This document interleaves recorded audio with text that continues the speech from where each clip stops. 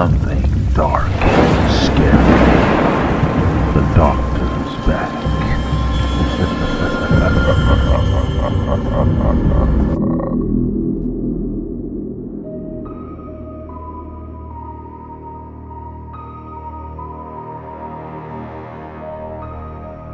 Donnie Pogue sat upright in his bed, back against the headboard as terrible memories of his childhood began flooding back to him. Memories about the bird woman, the creature his diseased mind had conjured up during his youth. The 39-year-old family man was no stranger to schizophrenia, though he hadn't felt its symptoms since he was a boy, before his doctors had put him on plethora of antipsychotic medication. He remembered the way the bird woman would wake him in the dead of night, her slippery, forked tongue sliding into his ear, wriggling and writhing like some sort of alien parasite attempting to invade his brain. He could still vividly recall the way her breath always smelled of rotten meat, how its stench would rape his mouth, leaving its rancid flavor in the back of his throat every time she leaned her face into his and whispered her awful secrets. Secrets that appalled him as a young boy, that terrified him even more than her hideous, warped face. He glanced over to his wife, Gina, who was sound asleep next to him in bed. Donnie hoped a familiar sight would somehow snap him back to reality. She looked so peaceful as she dozed, her tranquil slumber uninterrupted by the panic attack her husband was currently experiencing. He felt as though he was losing his grip on reality.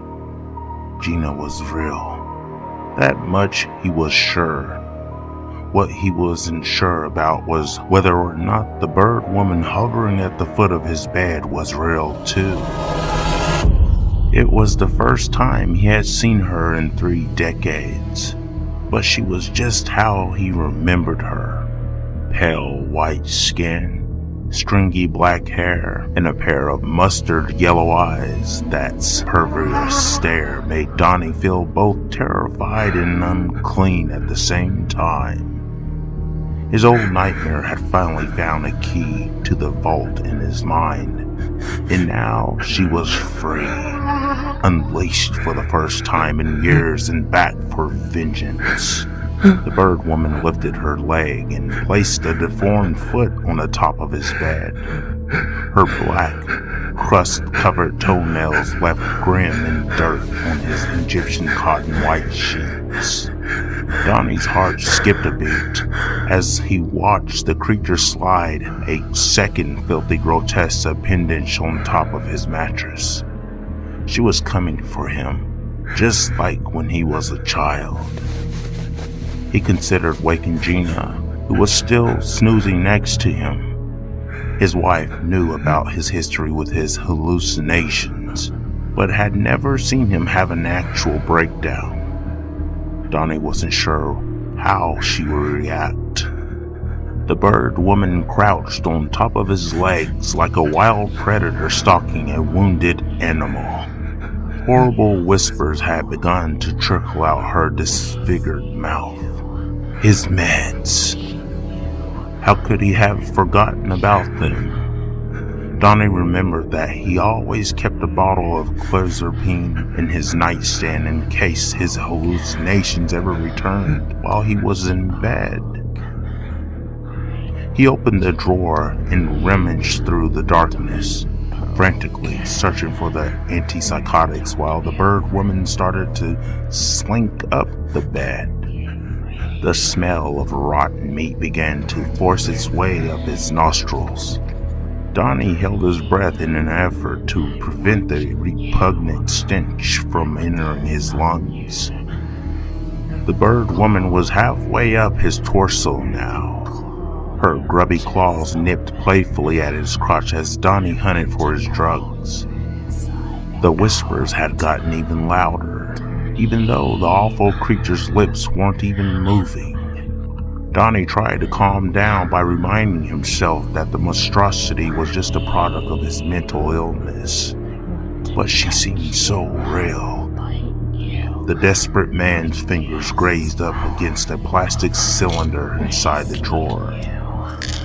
He had found what he was looking for. Donnie yanked the pill bottle from the nightstand and unscrewed the cap. The creature's chin was resting on his chest. Her forked tongue hung from her mouth, snaking back and forth across the base of his neck, as if it had a mind of its own. He poured a handful of pills, not bothering to worry about the recommended dosage as Bird Woman's slimy tongue slithered its way up the side of his face. The smell of her putrid breath had become overpowering. With one eye trained on the monstrous sight, Donnie raised the fistful of pills to his mouth, but felt a tug on his arm, giving him pause before he had a chance to pop the drugs. He turned his head to see his wife, Gina, eyes wide and full of panic, looking back at him. She swatted at her husband's hand, causing the pills to scatter across the bedroom floor. The Bird Woman's gaze stayed fixated on Donnie as she lapped at his cheek like a child with a melting popsicle. Gina opened her mouth to speak, voice quivering between her lips. Her words would send a new wave of horror through her husband's body, the likes of which Donnie Polk had never felt before. Donnie, Gina whispered. I see her too.